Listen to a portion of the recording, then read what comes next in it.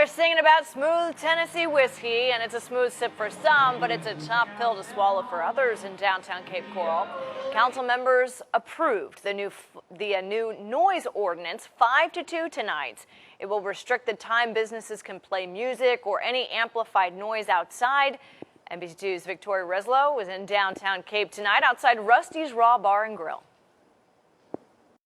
Please vote no. Please vote no or postpone. So I ask that you please reconsider. Please vote no. Vote no, so that way you can help small businesses like mine. After all the no's to changes in noise, Cape Coral City Council still voted yes. We're not all old, but we have to try to balance between, the residents who live there and then, of course, our business owners. The new noise ordinance says businesses have to stop any amplified sound outside at 11 o'clock at night. We could see some of that economy start to dwindle down with less people spending time outside of bars or in venues. Angela Page runs Love Your Rebellion, a nonprofit that produces low-cost music events. She thinks this time cutoff is going to hurt. We want to keep people here. We want to keep people who grew up here.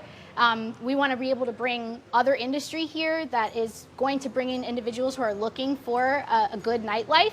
And so I really think it's about the future. A future that some in Cape Coral now think is a little brighter thanks to that time constraint. When the music goes on to 1:30, 2 o'clock in the morning, we can't sleep. Our sliding glass doors vibrate. Karen Sonhalter lives across the street from Rusty's Raw Bar and Grill. And we want to see those businesses prosper. Restricting outdoor venues is a reasonable compromise. If businesses don't follow the new noise ordinance rules, they could face a $150 fine for the first violation and a $500 fine for the second.